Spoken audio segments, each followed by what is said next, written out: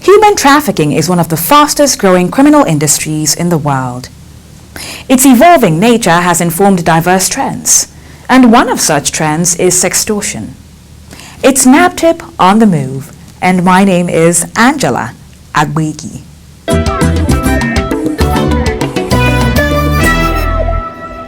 What is sextortion, you may ask? Well, our feature will tell you more if you stay with NAPTIP on the Move.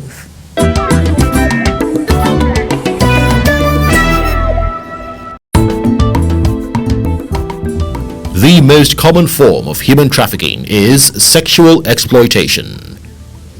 Women and girls are more at risk of this heinous crime. In recent times, with the use of technology, human trafficking has evolved. This has informed current trends, including sextortion. Sextortion is a crime that occurs when someone threatens to share or expose another person's nudes or sexual videos when that person refuses to grant them probably more sexual favors or even pay them money.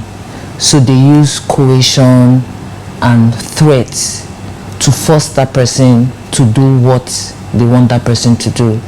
So it could be in form of payment of some amount of money, or it could be in the form of sharing more lewd videos of themselves, or even more photos of themselves. So sextortion can be perpetrated by criminals, and it can also be perpetrated by persons known by the victim, and even in some instances persons that the victim has grown to trust. And it could be perpetrated by long-term partners, or even somebody you might have met once. And most times it is done out of malice, it is done out of anger, or it's just done out of pure evil. How do perpetrators of sextortion operate? Sextortion can have devastating effects on victims, especially young victims. And what they do is online perpetrators work to gain your trust. So they can work at gaining your trust for weeks or even months.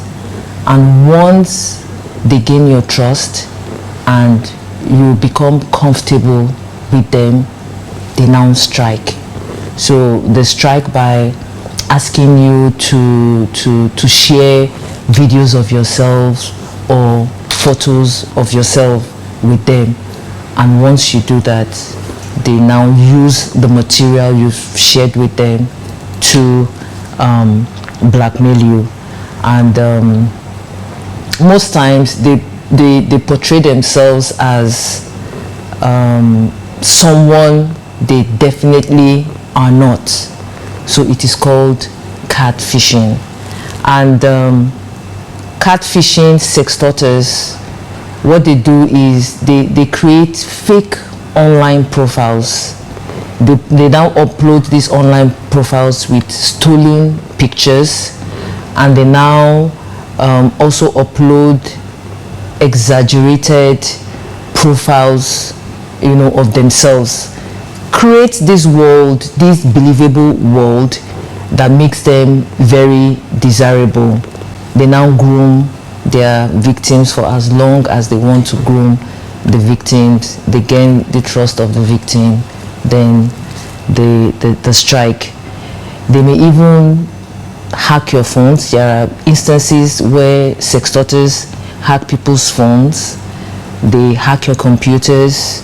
They can infest your electronic devices with malwares so that they can remotely control your phones and even control your devices. So if you're someone who has the habit of probably recording yourself with your phone, or you like to save nude photos or nude videos of yourself on your computers, then these sextorters can have access to your private materials through the use of malware. So it's unbelievable how far sextorters can go to get what they want.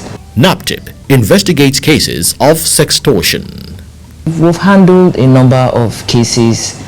I remember the first of such cases that were handled here in the HQ was a case that was brought to our attention about a 15-year-old girl who was, of course, she was catfished by this individual, and he was blackmailing her to share more videos of herself. It was also blackmailing her to send him money. And unfortunately for that young girl, she probably thought she didn't have any option, and she killed herself. So see, this is a case of a victim not knowing her perpetrator. Then we handled a case of a young girl in her late 20s who came to us for assistance. She was being blackmailed by this person she used to know. I think at some point they had some sexual relationship, and he had in his possession nude videos of her, nude photos of her, and he kept on threatening her and said he was going to share the videos with her friends. And he went as far as even sharing the videos with her pastor. So it was at that point she came to NAPTIP to come report. And she was like, oh, she was going to kill herself because he threatened he was going to share these videos with her parents. So in collaboration with Interpol, we were able to track this young man, and he was apprehended. Then also we busted a gang of notorious, they are known for notorious gang that perpetrate different crimes of sextortion. So this was a case of a 16-year-old girl that apparently she was gang raped. She was gang raped, and these criminals recorded the rape, and every time they wanted sexual favors, they threatened her with the video to say, oh, if you don't come and have sex with us, we'll reveal these videos. And luckily we did our undercover operations and they were apprehended. So this is a very disturbing trend that we've been seeing, especially in the FCT. And we've also gotten reports from our other commands in different states about the growing trend of sextortion in Nigeria. So where victims know their perpetrators, it's always easier to solve the crime. But where it involves an unknown subject, where we don't know who this person is, the only way we can solve the crime is by following the perpetrators, the unknown subject's digital footprint. So it's like tracking a ghost. Another form of exploitation is online child sexual exploitation. Child sexual exploitation, first of all, is a form of child abuse whereby the abuser takes advantage of the vulnerability of the child or vulnerability of the victim. And globally, we look at it today as an emerging crime, because most of this is done on the internet, online, or using any of the digital tools to actually exploit a victim who usually the exploiter takes advantage of the vulnerability of the victim, either as a child being the age under 18, or the victim that does not know exactly what he's into. And it's a growing crime. NAPTIP is collaborating with the National Center for Missing and Exploited Children in the United States of America. For us in NAPTIP, we see a lot of cases because by virtue of our partnership with Facebook, by virtue of our partnership with the National Center for Missing and Exploited Children, which is NICMIC, we've seen every day, we see nothing less than 500 to 600 reports coming in. And these reports are categorized based on the priority level. We have those at priority 1, which the victim is at imminent danger. So on those kind of cases, whatever we do, we leave. Anything we do, we now hit on those cases to see how we can solve them. So we have such cases. Those are reports coming internationally and domestically also. Just last week, I know whether most of us must have seen a case of where two social media influencers are trying to do skit videos on a child being taken into a room and being molested by a landlord.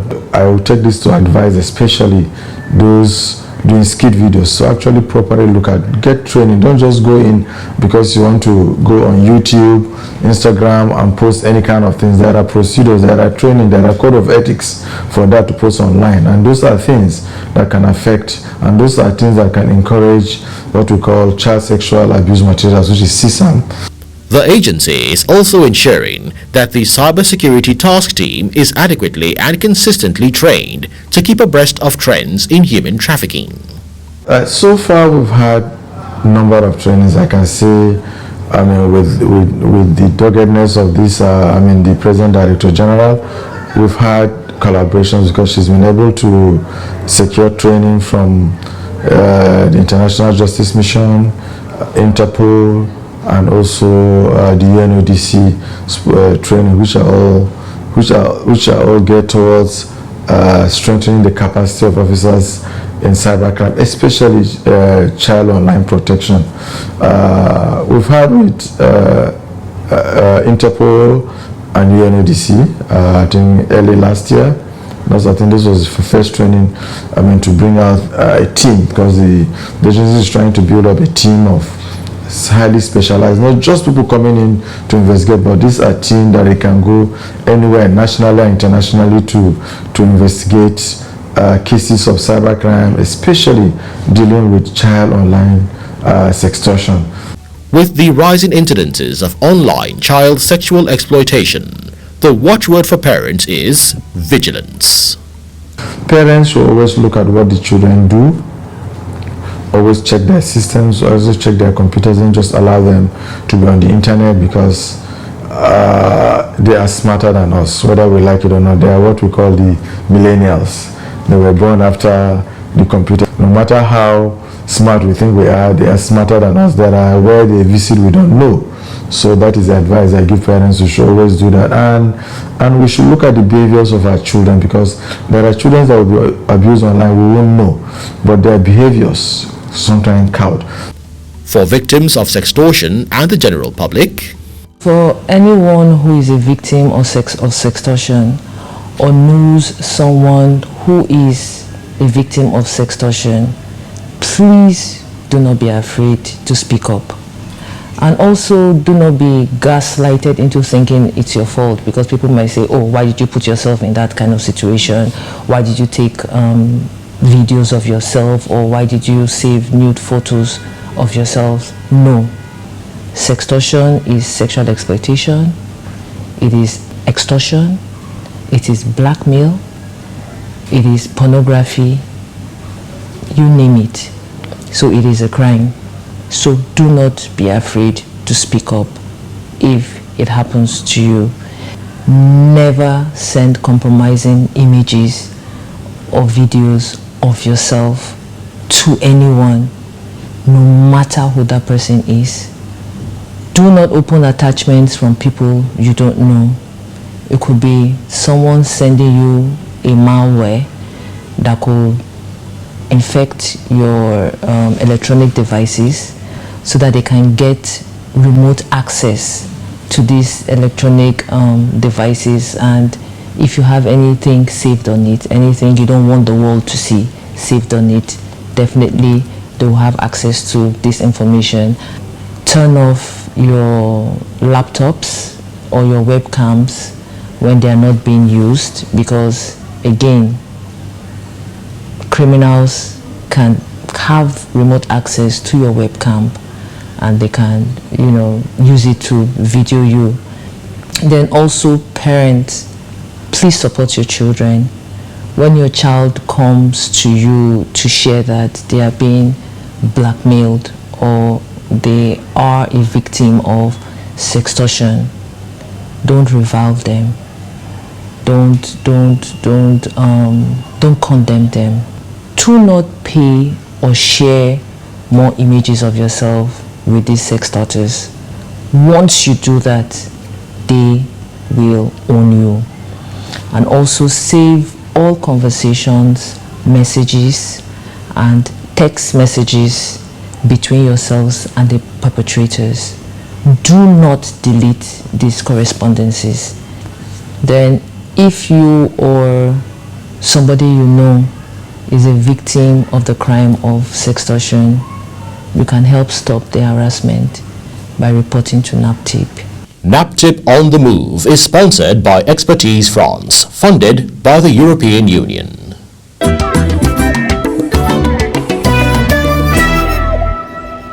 We hope you were enlightened. NAPTIP Events is up next.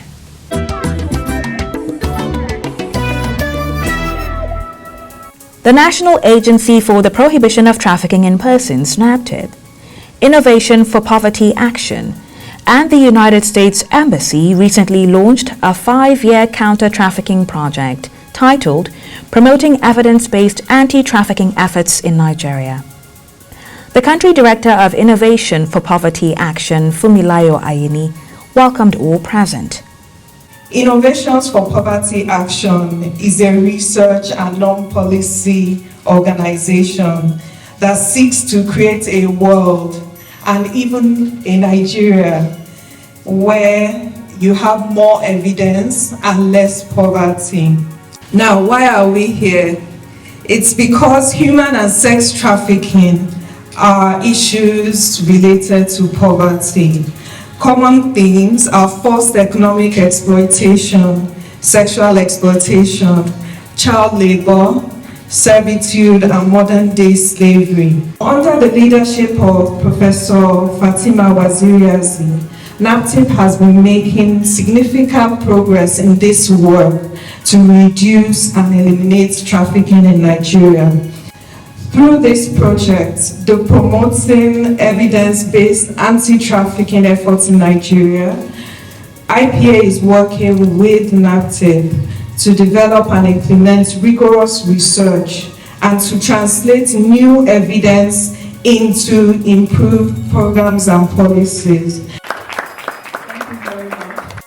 The Director General of NAPTIP, Professor Fatima Waziri-Azi, spoke on the collaboration. This collaborative venture between NAPTIP and IPA marks a pivotal shift towards strategic and informed interventions, setting the stage for a more impactful and nuanced approach to our ongoing fight against human trafficking, generously supported by the U.S. Department of State program to end modern-day slavery. What makes this project particularly exciting is it emphasizes on evidence-based anti-trafficking efforts, a methodology that provides a solid foundation for a comprehensive, efficient, and impactful response to the multifaceted challenges posed by human trafficking. It empowers stakeholders with the knowledge needed to make informed decisions ultimately contributing to the eradication of this heinous crime. Human trafficking is an intricate and pervasive issue that demands our unwavering attention. To address these challenges effectively, we must continue to understand the ever-evolving landscape we are dealing with. This understanding cannot rely solely on intuition or assumptions. It must be grounded in evidence. A data-driven approach empowers us to identify high-risk areas. By harnessing the power of data, we move beyond anecdotal evidence to create targeted and impactful solutions. Recognizing the urgent need and identified gaps, NAPTIP and IPA joined forces to actualize this project, signing a Memorandum of Understanding in May 2023. She also highlighted the aim of the partnership.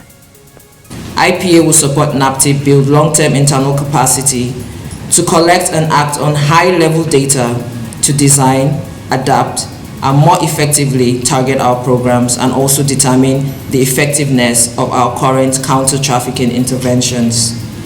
The ultimate goal is to empower NAPTIP to use data and rigorous research to design, test, and scale evidence-based programs and policies, resulting in a significant measurable reduction in the prevalence of human trafficking in Nigeria. In conclusion, promoting evidence-based anti-trafficking efforts is not an option, it is an imperative, and our commitment to this cause must permeate every aspect of our strategies, from prevention to prosecution, from awareness campaigns to victim support. Thank you, Chargé d'Affaires of the United States Embassy, David Green, delivered a goodwill message. Great to see a project like this launch. As the leader of the U.S. Embassy, I've heard a lot about our collaboration with NAPTIP and with civil society in Nigeria over the years to try and combat the scourge of trafficking, which is an issue that is taken with deadly seriousness by the U.S. government and the State Department. And for quite some time, we've had an ambassador-ranked special envoy whose function is specifically to tackle trafficking around the world. And that's allowed us to bring focus to our efforts and to make sure that we're advancing the goals in a coherent manner, no matter where we work, which is everywhere. In the Nigerian context, of course, we've had a lot of productive collaboration over the years that we're very proud of, and we very much appreciate Director General Waziri Azi's strong leadership and vision in the strides that NAPTIP has made over the years against trafficking in persons. We're very proud to partner with NAPTIP and other Nigerian agencies to combat trafficking in persons. Climax of the event was the exchange of the signed Memorandum of Understanding between NAPTIP and Innovation for Poverty Action. The launch of the project was attended by implementing partners, representatives from embassies, United Nations agencies, civil society organizations, and other stakeholders. The Director General of NAPTIP, Professor Fatima Waziri Azi, and Federico Milan, the team leader of the Action Against Trafficking in Persons and Smuggling of Migrants project, ATIPSM, implemented by FIAP, recently commissioned the renovated kitchen of the NAPTIP shelter in Abuja.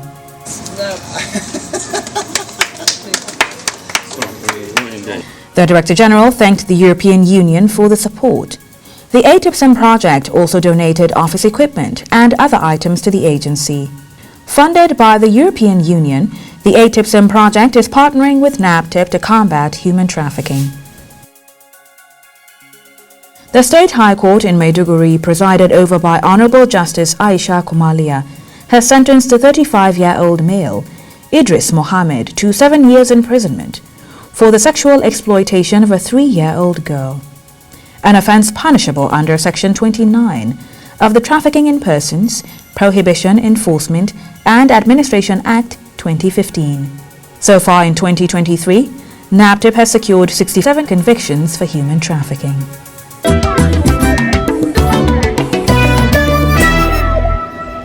It's time for our Victim Story segment. Keep watching.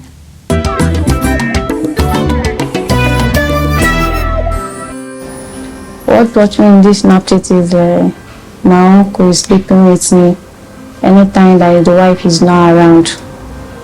and it has been long that he has been doing that. For the first time he started this when I'm still in the village with my mother. That's when he started this. So me coming to this Abuja thinking that it's over, because I did not complain that to my mother for the first time. So because he called me and asked me I should forgive him. So and I came to this Abuja. It was like it's out of hand and I don't know what to do. So it's not the first time, it's not the second time, it's always every time that the wife is not around that he used to sleep with me. And I've already pregnanted me for the first time and give me a trust for me to abort the child. The worst one that I said that I cannot take his is like when he travel to the village. So he now called me that he called me and asked me whether I'm still in my period, and I said, is there any problem? And I said that if I'm still in my period, that I should wash my pants and put the water inside the swan water and keep for him. That if he came back to Abuja, that he's going to use it for something. I don't know what he wants to use my period to do. So he's a friend of mine that helped me contact NAPTIP people number. So to everything I record, even when he asked me that, I put my phone on record. So I record everything for evidence, even if he denied that. So that is what happened to me. NAPTIP, I'm thank you people, I'm appreciate. It's like just God removed me from that my uncle's house and just want to bless me. So I say God should bless you people, and for you people should not stop your job, continue.